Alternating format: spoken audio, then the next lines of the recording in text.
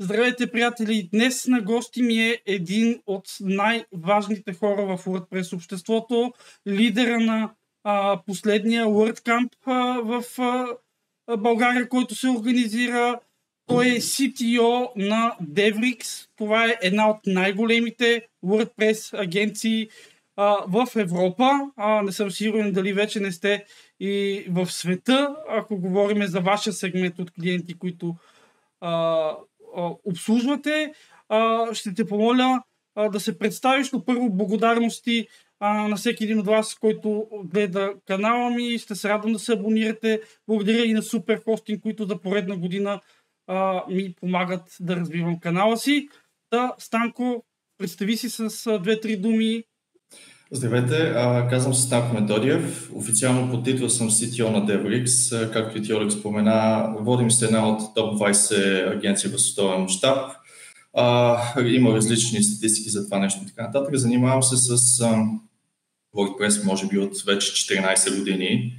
В компанията съм от 13, така че обзето бая време мина, бая неща се случиха, за бая неща може да си говорим и така аз много искам да ти благодаря за поканата.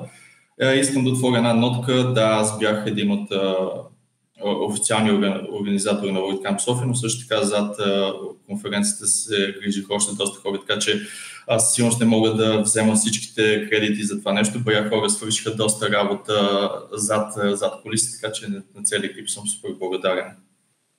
Благодаря ти много, че прие поканата и искам директно да започнем с дискусията, за която сме се събрали. Като цяло много ми се ще да покажем на българските програмисти, които стартират тепърва, какви са възможностите в България, защо да изберат WordPress и да споделиш малко от опита си, защото ти освен с разработка на софтуер с WordPress, имаш така и пряк опит с наемане на хора, знаеш много добре ти какво търсиш, когато наемаш хора, да дадеш така едни практически насоки на хората, които искат да започнат с софтуерната разработка, конкретика с WordPress. Но нека да те насоча към WordPress Core Contribution. Ти и твоя екип сте разработвали софтуер за самия WordPress. Части от WordPress, който ние ползваме в момента, е създаван от българи и в конкретно от тебе и от екипа ти. Кажи първо за това. Накратко за тези, които не са напълно запознати всъщност как стоят нещата, реално WordPress ядрото, WordPress ORG, всичките безплатни теми и плагини, които ние може да използваме на ежедневна база, всъщност са софтуер с отворен код. Това ще рече, че обзето почти всички решения се взимат публично. Примерно има няколко скоби, казвам почти всички, тъй като името на всяка версия се пази в тайна до последно. Това е една заигравка на Мат, един от кофаундърите на WordPress, който си го пази като негово нещо с всяка версия. Реално всеки един може да се включи да допринася за развитието на WordPress. Не е нужно да сте най-добрият девелопър в света, не е нужно да бъдете само девелопър, може да правите много различни неща. Аз лично от много години използвам софтуер с отворен код. Фен съм на идеята за допринасяне, за контрибютване към open source проекти.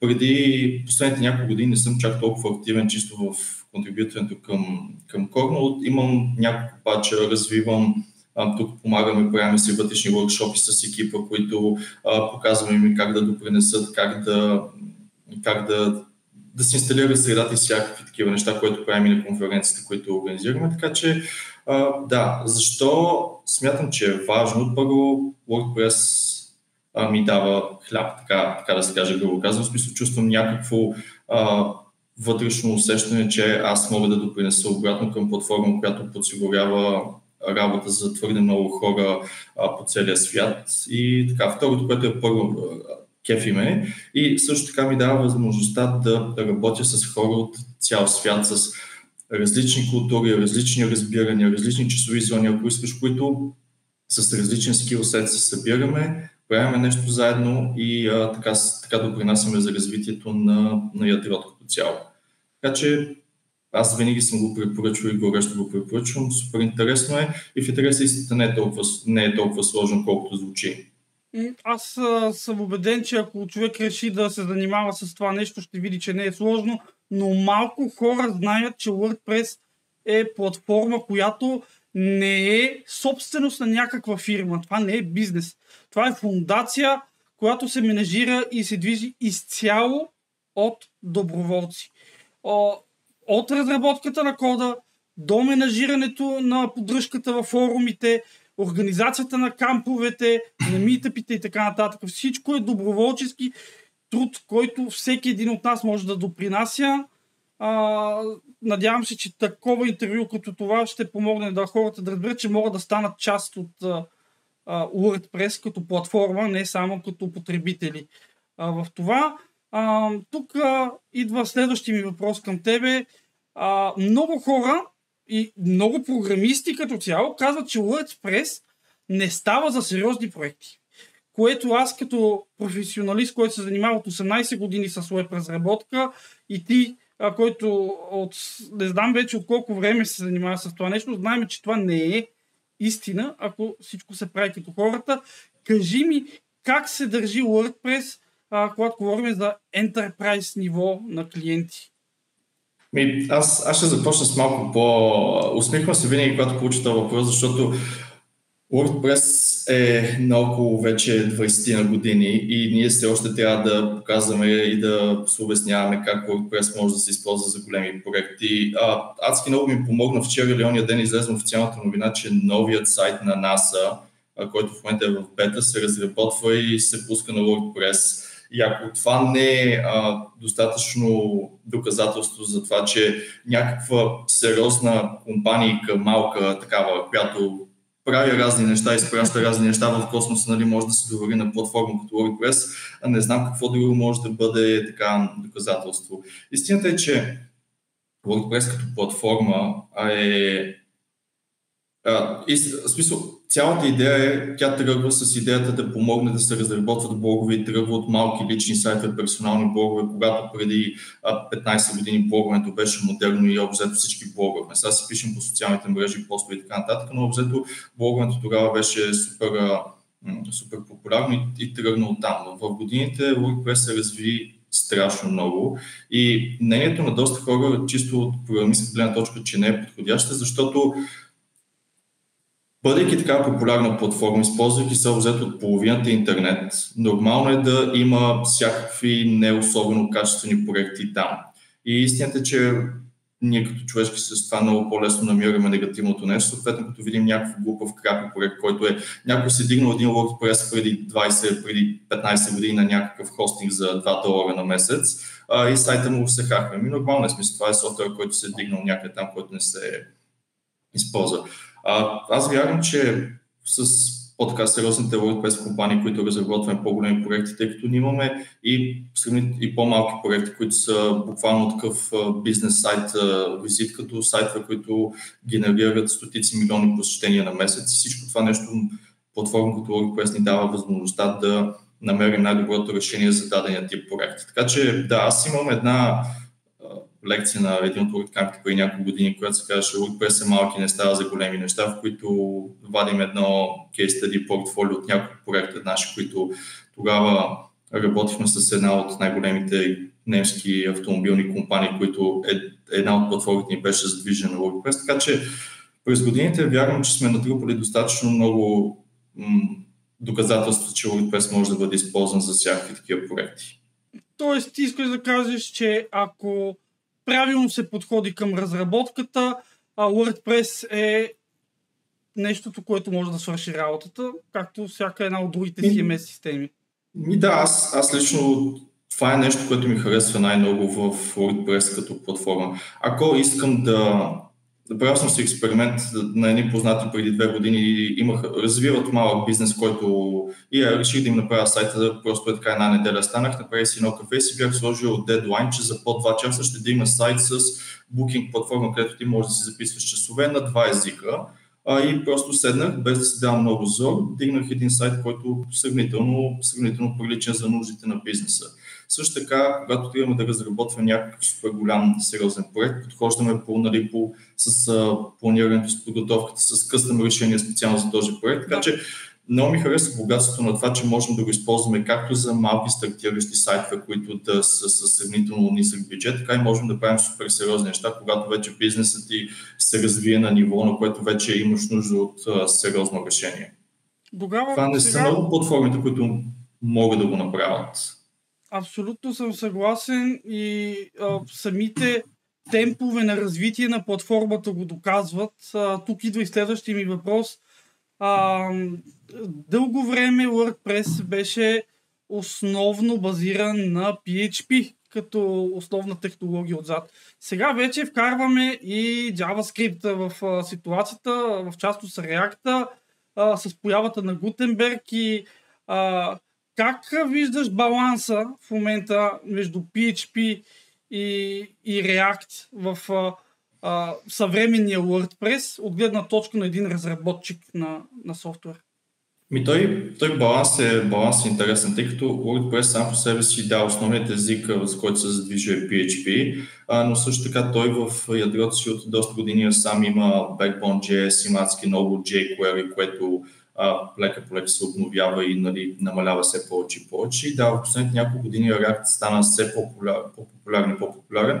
Често казано, в началото бях не особено щастлив от факта, но също така знам, че React е фреймворк, който е вече на пазара от доста години. Вече се е доказал, вече се разработва супер сериозни неща и обзето горе-долу беше логично да се случат нещата, да се вземе доказан фреймворк, който работи добре. И има странен някакво, примерно да речем човек като мен, който е правил уебсайтове и разработка преди 10 години, когато натиснеш един бутон, страницата ти презарежда и така нататък. И лека по лека минаваш до момента, в който сега по-младите разработчици не знаят какво е едно време както се прави девелопата. Сега обзето всичко изисква да бъде да натиснеш бутон, то да ти направи заявка, нещо да се рефрешна, обзето ти да си стоиш на страницата. Така че за мен използването на един такъв солиден доказан фреймворк е готово нещо. Дава нови възможности,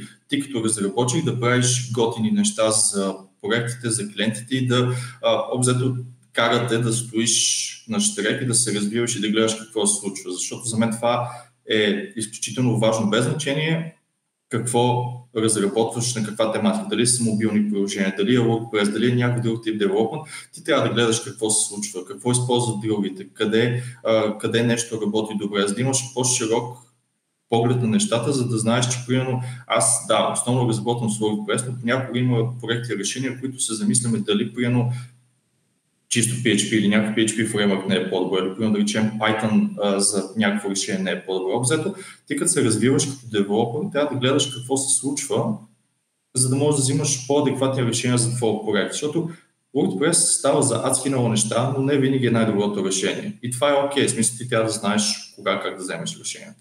Знам, че е малко по-широк отговор на въпроса, но той е по-скоро насочен към девелоперите, които се фокусират твърде много в едно единствено нещо. Много е хубаво да развиеш език, който да познаваш много добре, но също така трябва да гледаш какво правят другите, защото можеш да вземеш добри идеи, това чисто на тебе като разработчик ще ти помогне ти да ставаш по-добър в работата и да ставаш по-конкурентен.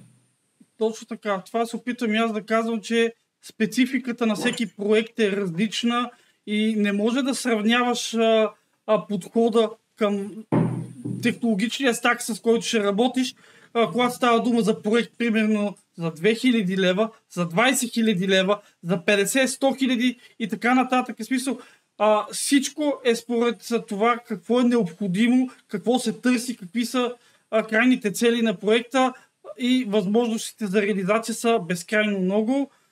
Тук идва и следващия ми въпрос към тебе. В момента все по-популярно става създаването на headless платформи и даже не само с React, с Vue и така нататък.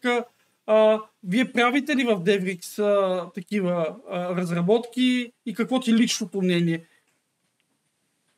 Личното ми мнение, аз не съм най-големият фен, просто защото много е просто. Да речем, имам няколко проекта, единият е по-голям и на Vue, който ние обзето наследихме и трябваше да доразработваме, което в смисъл справя се сравнително добре, не ни се дава кой знае колко проблеми, така че нещо, което просто ни изкара малко от реактора, обзето трябваше да наваксаме с нещо. Има няколко headless проекта, които супер бързи са, супер готини са за фронтенд частта, но обзето разработката е малко досадна в смисъла на това, че да речем много от нещата, които по принцип идват на готово с WordPress, да речем коментари. Трябваше да пишем коментари, които са headless, които да се хендълват по обзето. Трябваше да пренапишем WordPress, да може да се погрижи за тези неща. И да, фронтенд да стана супер бърз, сайта просто се отваря и лети така. Разделили сме фронтенд частта, която само си тегли информацията, която няма нищо общо с WordPress, тя стои на едно място. Разделили сме WordPress, който да се използва за бекенд, за списване на съдържание и така нататък. Става въпрос за новинарски сайт с доста голям трафик.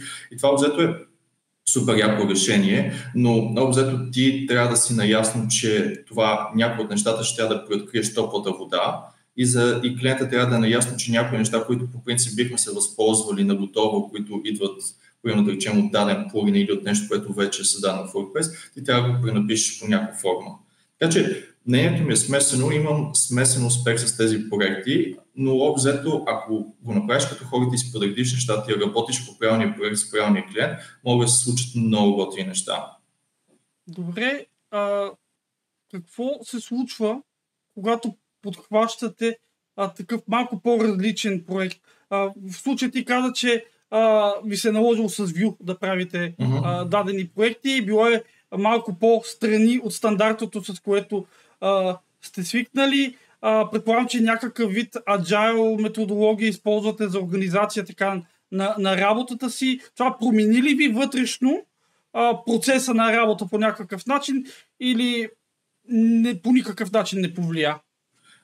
Не чак толкова много, по проста причина, че ние някъде от 2014-2015 година сменихме бизнес модел в Devrix. Обзето от тогава аз много наблягаме на дългосрочните проекти. Имаме клиент, който е с нас вече 8 година. Имаме още един клиент, който сега мисля, че скоро ще направи 6-та година с нас. Наблягаме на проекти, които можем да вникнем повече в тях, да се запознаем по-добре с бизнес модела и обзето смятаме, че това е по-ефективният вариант за нас и за клиентите, защото тези еднократни проекти, които се случват, обзето ти докато познаеш клиента, бизнеса и решенията, които са окей за него, след ти работиш 2, 3, 5, 6 месеца, една година, според зависи какъв проект, и накрая пакетираш проект, изпращаш го на клиента и си казвате чао. И обзето ти започваш на ново познаване с нов клиент и така.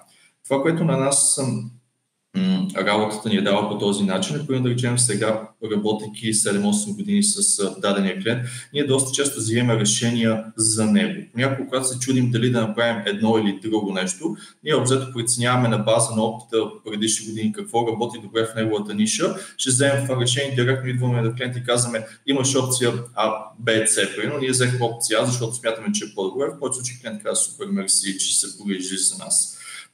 Казвам го от тази гледна точка, че това, което каза обзето, ние променя супер много нещата, защото идва такъв тип проект, ние се преглеждаме го, правим план, споделяме го с клиента, стискаме си ръцете и започваме да тестваме по него.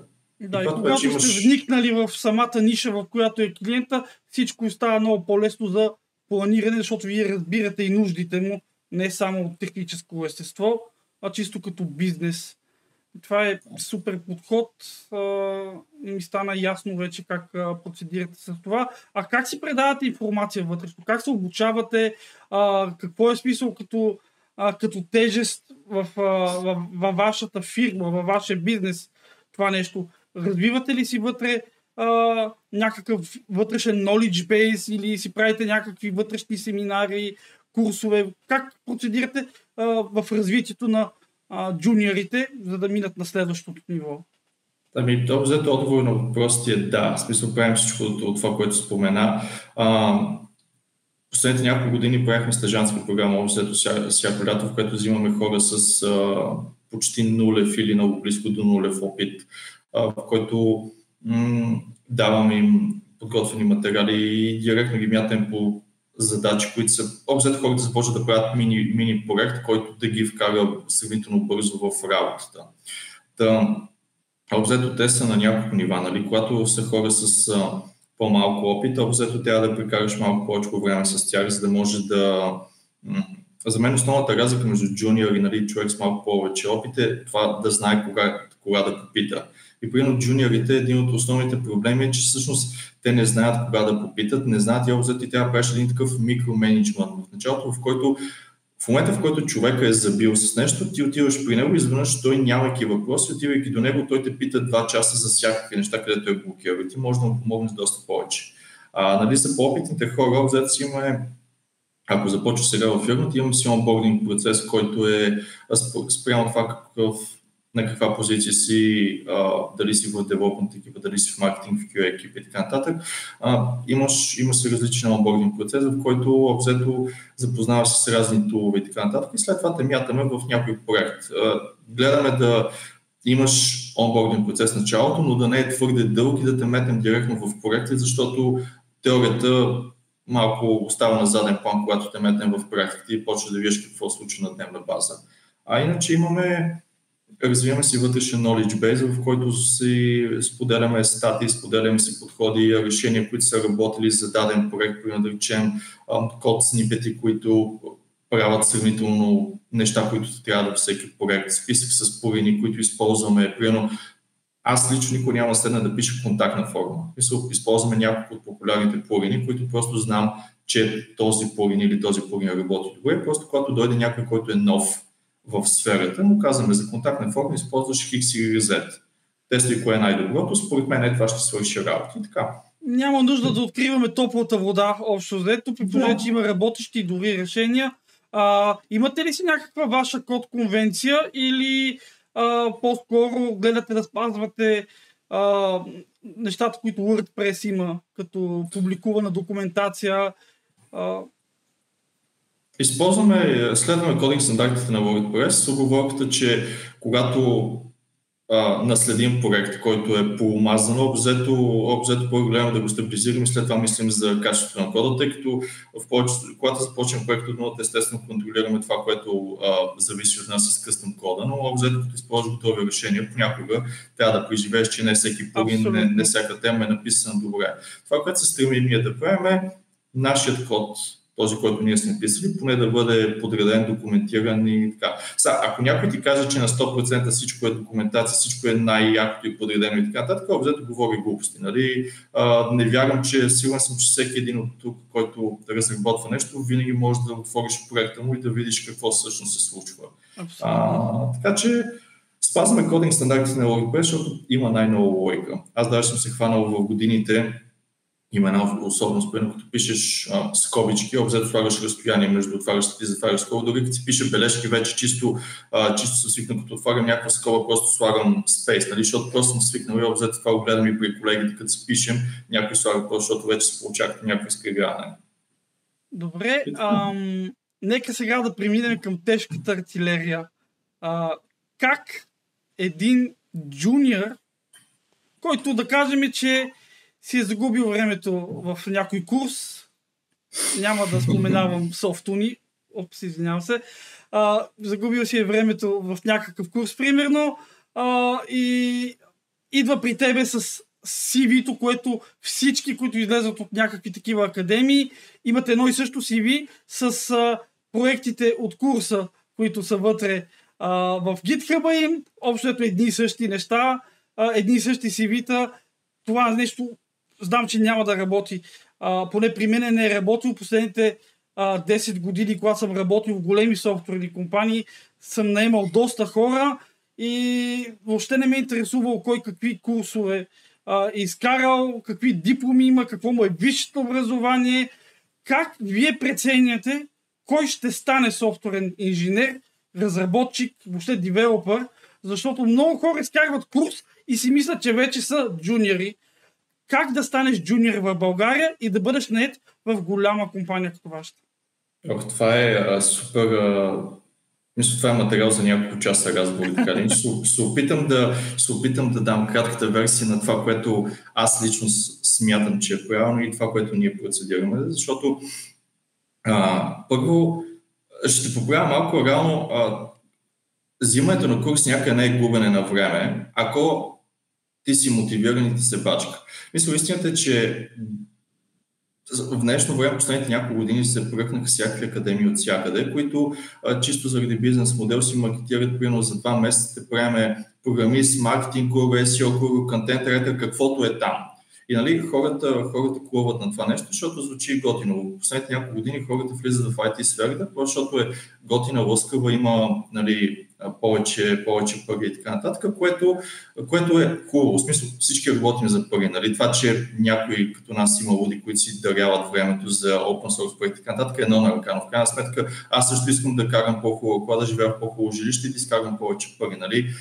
Това е нормално, но също така това, което си говорим ние с джуниорите, се опитваме да ги им обясняваме, че парите идват, когато ти искаш да се развиваш. Когато нямаш опит в сферата, ти трябва повече блъскане, повече копаене в някаква основа. И примерно един курс, ако се направи правилно, ти дава една хубава основа, която ти да разбереш аджеба какво ще правиш тук нататък.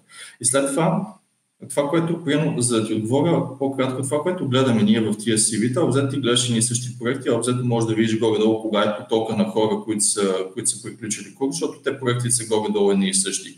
Но също така, древните детайли има значение. Примерно, когато видиш граматически грешки в CV-то или когато, примерно, да речем, не изписваш технологиите правилно. Тия малките неща правят впечатление дали човека му пука или не. Примерно, да речем, ако има някакъв опит с WordPress, дали ще напише WordPress малко и така нататък. В смисъл, тия малките неща почват да открояват. И когато ти си абсолютно зелен, обзето ти трябва да изпъкнеш, защото хората, които наемат, ти сканират CV-то. Никой не го гледа детайли. Гледаш, окей, добре, той изкара 1-2 курса, има 1-2 сертификата, пригледаш му GitHub набързо.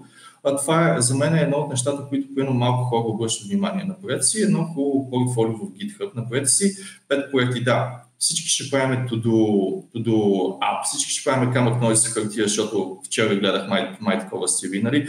Супер! Ама напишете си, като хората документират си кода, тия неща правят впечатление. Когато някой кандидатства с нула практически опит и с празно GitHub, GitLab, Bitbucket, каквото и да е, за девелопер позиция, ти нямаш шанс. Мисъл, няма кой да ти погледне, защото ти създаваш впечатлението, че не си положил необходимите усилия. Така че бачкането по такива странични проекти по развиването е нещо, което помага доста и вече е обзето начина на подхода, нали? Да си напишеш CV-то като хората, като кандидатстваш да покажеш, че всъщност знаеш къде кандидатстваш. Примерно, едно от нещата, което на мен ми прави впечатление, адски много хора кандидатстват на 200 места, само някъде да им се обадят и след това ти като им кажеш да сте звънил от коя си компания, те нямат идея да се кандидатствали там.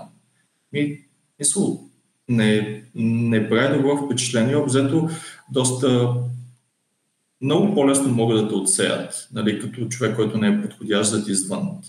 А иначе това, което правим като харесваме такъв човек на CV и на профил, обзето провеждаме интервю с този човек, знаеки, че той или тя нали, няма да имат необходими опит, но по-скоро гледаме как мисли човека. Поставяме го в някакви ситуации, в които се опитваме да разберем дали има капацитета да се научи, дали има желанието да се научи, дали иска да прекара време, защото доста фирми не наемат джуниори и хора без опит, защото просто е скъпо. Това е истината. Мисля, ти трябва да вложиш няколко месеца в този човек, обзето на 5-6 месец може да го пуснеш вече да работи активно по проект и обзето до първата година този човек не ти е, грубо казано, на загуба. В смисъла на това, че той не изкарва директно пари на фирмата и ти трябва да инвестираш в този човек, за да знаеш, че след това този човек ще започне вече да поема самостоятелно задачи, да се оправя с проекти и да може да допринася към фирмата. И това е един дългосрочен процес, който не всички фирми им се занимава, защото или нямат капацитет, или нямат желанието, или нямат подготовката. А какво ще кажеш, оцели сте хората на ниво CV, идват при вас на интервюта, какви софт скилове са важни, за да впечатлиш хората, които ще те наемат? Защото софт скиловете са също нещо, от което можеш ти да разбереш дали даден човек има потенциал за развитие. Аз лично съм наемал хора, които са брилянтни програмисти, ама наистина брилянтни, обаче на ниво човешко същество, комуникация с тим мембъри, с менеджмент и такива неща, нивото е критично и създават на други хора проблеми в дългосрочен план и пада нивото на екипа за сметка на един човек. Такива неща се избягват именно когато човек има такива софт скилове, които да му помогнат да работи. Да, какво би акцентирал ти да препоръчаш на хората, които учат за програмисти, но да наблегнат и странично като нещо допълнително, като софт скилове? Ами, аз не съм сигурен, че има мантра тип, нали, бъди по-добър. Има разни базови неща за soft skills и така нататък, но няма някакво директно, нали, просто... Аз ще го кажа така малко по-нецензурирано. За мен лично просто не бъди гъс.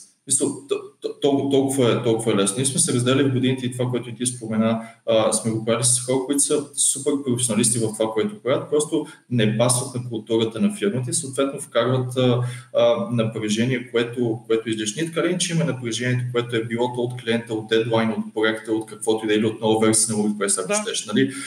Ако в ежедневната си комуникация вкарваме напрежение с хората, това не се отразява. Но това, което гледаме ние, като правим интервюта, е за това, тъй като особеността при нас, ние работиме доста активно с хора на място. Ние бяхме ремонт преди 10 години, когато никой не беше ремонт и обзето малко вървим обратно на вълната. Ние предпочитаме работата на място, защото е по-лесно за дебъгване, по-лесно за обяснение, просто има екипната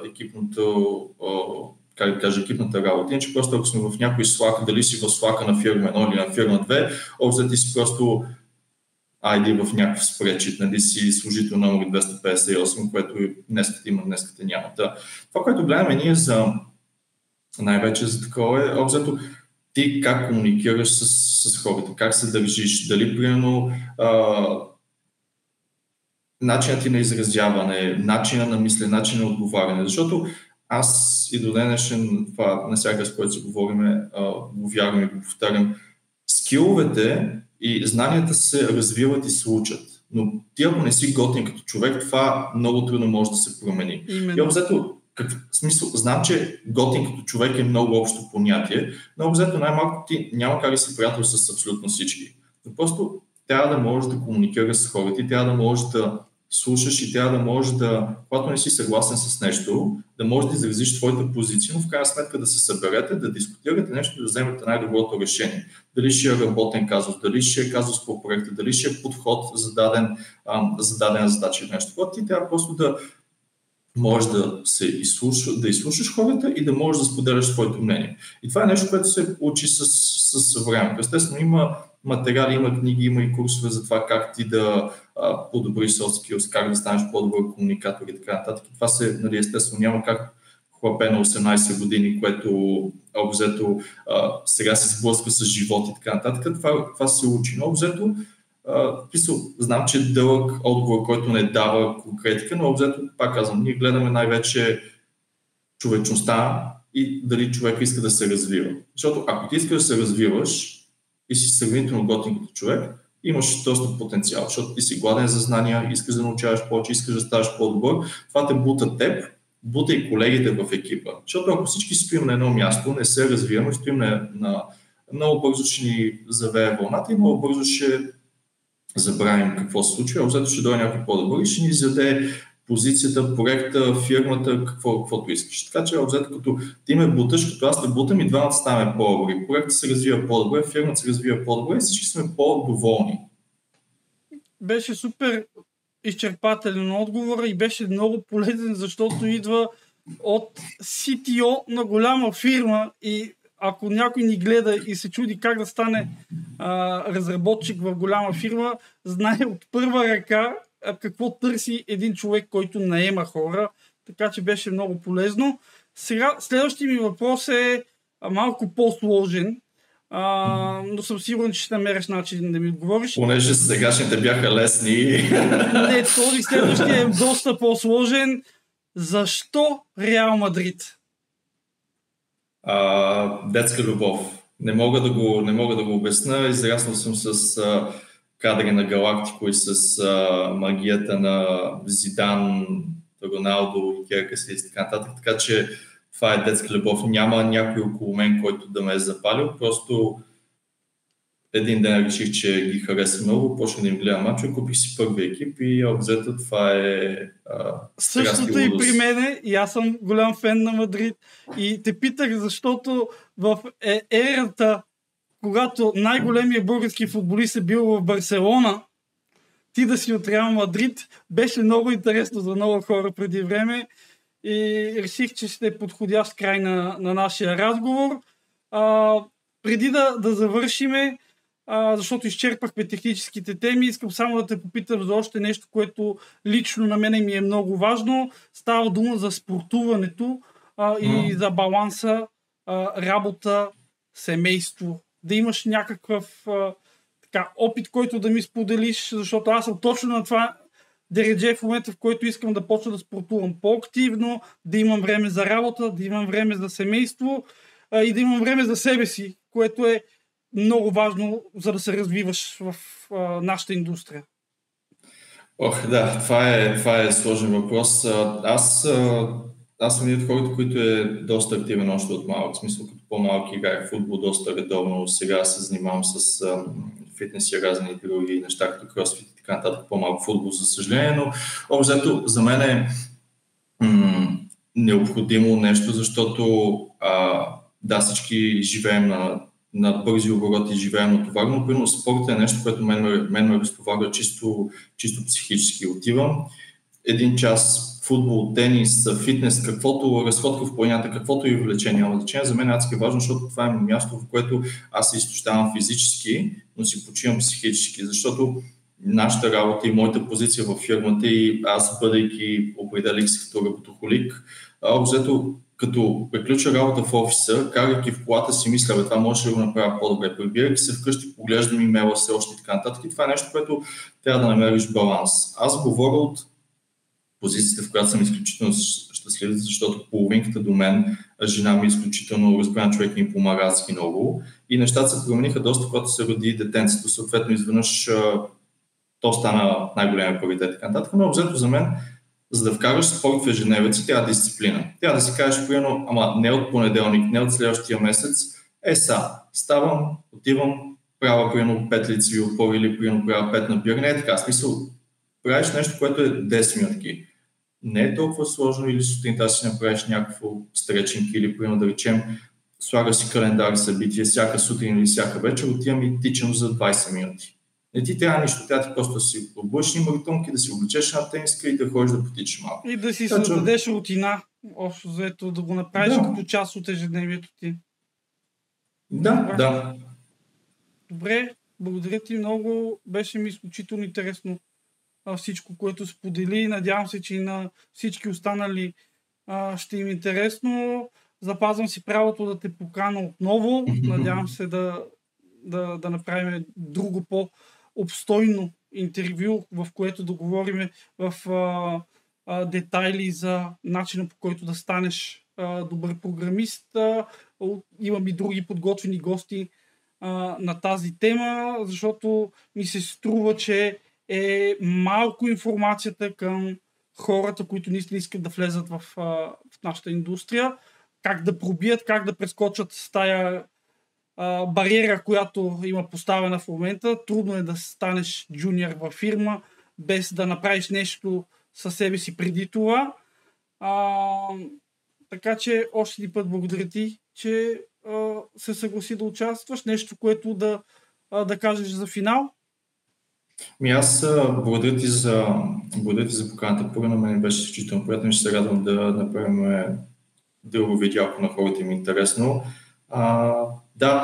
Искам да ти благодаря на теб за развитието на най-голямата WordPress група в България. Аз знам, че изисква доста бачкане, изисква доста време и обзето изисква доста нерви, но обзето вярвам, че едно от местата, в които е доста полезно за хората да намерят информация, да намерят колега или да просто да споделят какво готино са направили, така че продължавай се готината работа. Тия серия от видеа също много ми харесва, аз си гледам с интерес, така че ще очаквам да видя какви следващите гости. И така, мисъл за финал. WordPress е готин, използвайте го повече, бачкайте повече, учете се, развивайте се и спортувайте. Благодаря още веднъж. Благодаря на вас, че гледахте.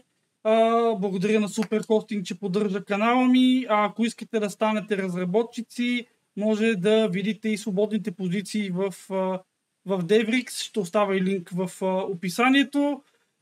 Това е всичко за днес от нас. До скоро!